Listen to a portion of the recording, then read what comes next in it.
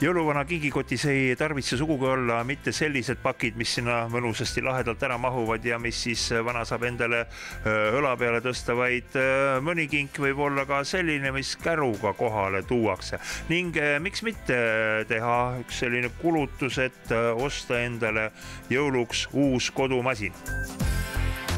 Lugesin interneti koduleheküljelt, et Triinu kodumasinad tegeleb kasutatud kodumasinate müügiga. Siia koha peale tulles tundub, et täitsa uued ja korras masinad. Sul on õigus, et masinad on väga korralikud ja spetsialistide poolt üle kõik vaadatud, et kõik toimiks ilust, et ei oleks mingi probleeme. Aga kui nüüd võrrelda neid hindu päris uute masinate hindadega, kui palju need soodsamad on? No hinnad on kohati 300–400 eurot soodsamad kui poes näiteks. Aga kuidas nüüd selle kasutatud masinaga ikkagi on, et inimene vajab ju garantiid, ükskõik mis hinnaga see toode on? Et meie siin pakume kuni pool aastat on garantii, et ja siis saab ka osta juurde, et 20% siis lisandub hinnale juurde see ja siis on nagu terve aasta. Kuidas teil see toodete ettevalmistus müügiks käib? Me ennetame probleeme, seega laseme vaadata kõik masinad ükshaaval üle ilusti, et ei tekiks mingisuguseid siis tulenevaid probleeme garantii põhjal, sest see on nagu meil on nagu mõistlik teha see asi kohe korda, kui hakata siis hiljem käima nagu parandamas neid eraldi.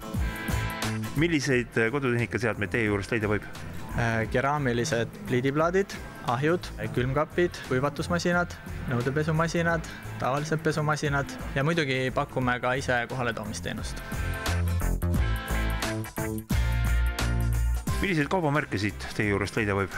Siit võib leida Boss, Miele, Samsung, LG, Whirlpool, kõik niisugused põhilised kaubamärgid, mis on nagu üldtuntud, sest need on ka kvaliteetsed. Kes teie kliendid üldse on? Meil on kliendid riigiasutused, lasteaiad, siis firmad, suured firmad, väiksed firmad. See tähendab seda, et kui juba riigiasutustel ja firmadel on usaldus kasutatud kodumasina vastu, siis inimesedki ei peaks kuidagi nagu üleolevalt vaatama selles suunas, vaid mõtleme ökoloogiliselt, et taaskasutus on ju tegelikult loodushoid. See on loodushoid ja ma arvan, see on väga õige lähenemine. Ning kokkuvõtteks tahaksin öelda, et kasutatud kodumasina ostmine ei tähenda mitte ainult raha kokkuhoidmist, see tähendab ka loodushoidu ja sellega tasub tegeleda. Seda enam, et kasutatud masinal on ka garantii peaaegu nagu uuel.